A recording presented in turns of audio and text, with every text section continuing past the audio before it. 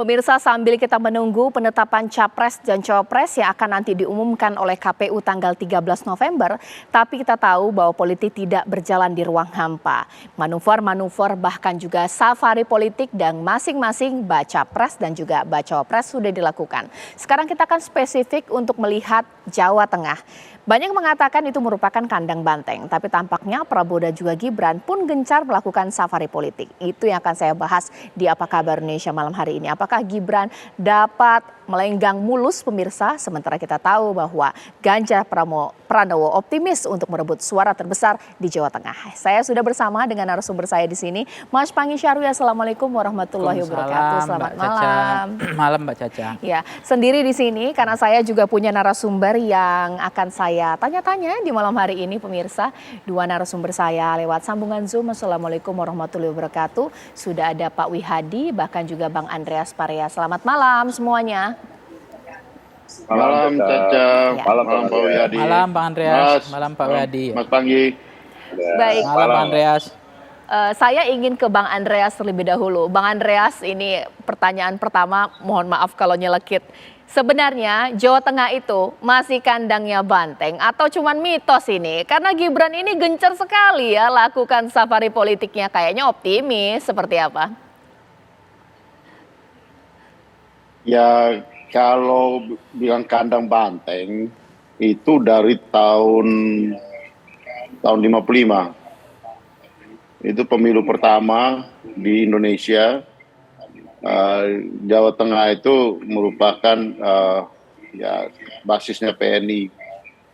Kemudian selama Orde Baru, di mana PDI waktu itu ya ada di dalam politik represi Orde Baru, Soeharto. Tapi ya banteng itu selalu mempunyai kursi. Apalagi ketika tahun 87 ketika Ibu Mega mulai turun ikut di dalam pemilihan DPR legislatif pada waktu itu. Langsung suara PDI waktu itu melonjak drastis. Begitupun ya pemilu-pemilu selanjutnya gitu. Sehingga ya betul bahwa ada Pak Jokowi, ada Pak Mas Gibran yang wakil yang adalah wali kota gitu.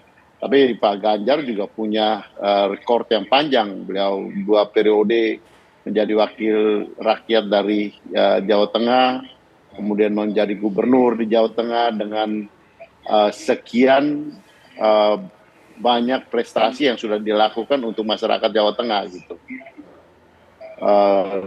Sementara kalau bicara Pak Jokowi, tidak semudah kita mentransfer suatu elektoral dari bapak ke anak gitu.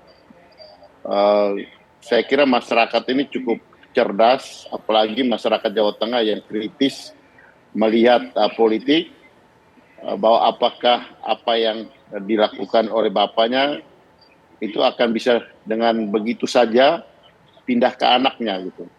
Tentu ya masyarakat juga akan lihat gitu bagaimana perjalanan politik, bagaimana pengalaman, track record dari masing-masing figur ini gitu. Dan yang menjadi capres itu adalah Pak Prabowo, bukan Mas Gibran gitu. Sehingga saya kira nanti Pak meskipun di kampanye pembukaan tadi Mas Gibran dengan begitu gagahnya menyatakan Pak Prabowo jangan takut saya udah ada di sini gitu. Tapi yang capres itu tetap Pak Prabowo gitu. Oke, sekarang saya ingin ke Pak Wihadi. Pak Wihadi, ada aspek historis Soekarnoisme di Jawa Tengah. PNI cikal bakal PDIP juga kuat di Jawa Tengah. Itu artinya apa? Bagai punuk merindukan bulan dong kalau katanya Gerindra mau menang mutlak di Jawa Tengah. Ini seperti apa?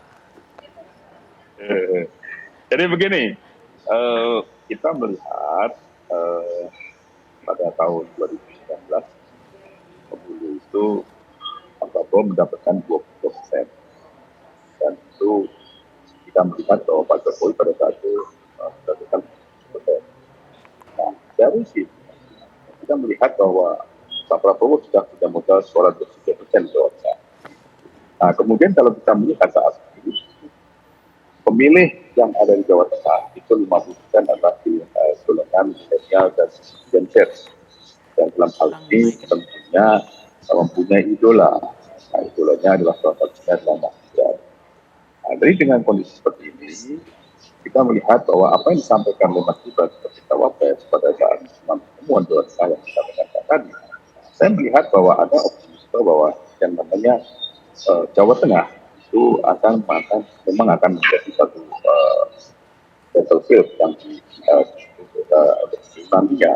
Dan saya rasa satu hal yang kita lihat di sini adalah bagaimana Mas Gibran sebagai representasi nya mempunyai pemilih-pemilih yang ada di Jawa Tengah dan populer di Jawa Tengah. Dan saya kira dengan kondisi demikian, dengan modal 22% saja, kemudian ditambah dengan suara daripada Mas Gibran, dan ya kalau misalnya mau ditambah lagi suara daripada yang pemilihnya Pak Jokowi dan Pak Wihadi akan bertambah. Pak Wihadi, maaf saya potong Pak Wihadi.